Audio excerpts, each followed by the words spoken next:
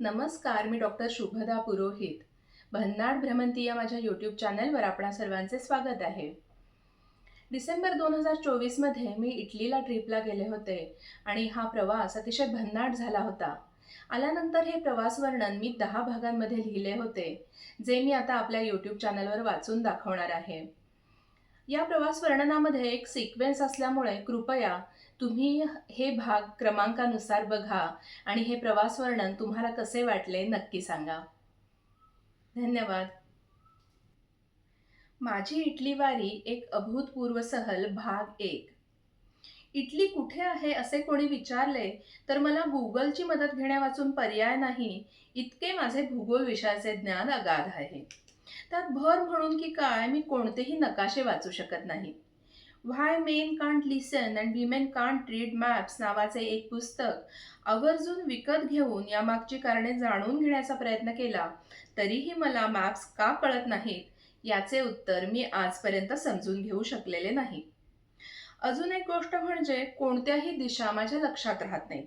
उदाहरणार्थ, जर मी एखाद्या मोठ्या बिल्डिंगमधल्या लिफ्टमध्ये प्रवेश केला तर परत बाहेर येताना आपण डावीकडून आलो की उजवीकडून ते मला सहजासहजी आठवत नाही.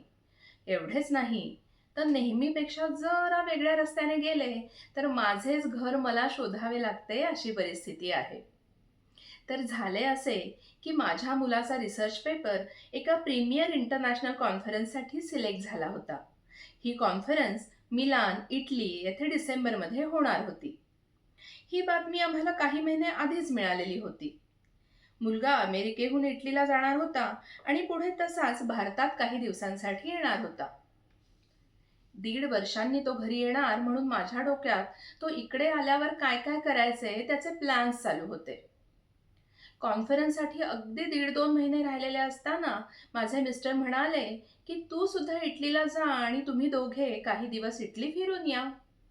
आधी मी ही गोष्ट खूपच लाईटली घेतली.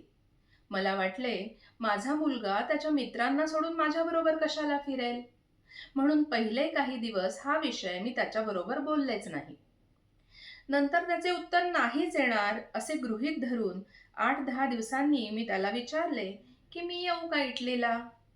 तो लगेच म्हणाला, आई, तुला व्हिसा मिळत असेल तर नक्की ये.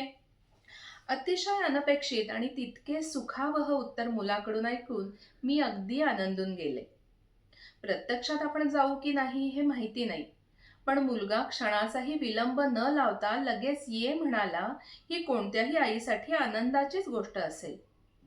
तर अशा पद्धतीने मिस्टर म्हणाले म्हणून आणि मुलाने सकारात्मक प्रतिसाद देण्यामुळे मी व्हिसासाठी अप्लाय केले.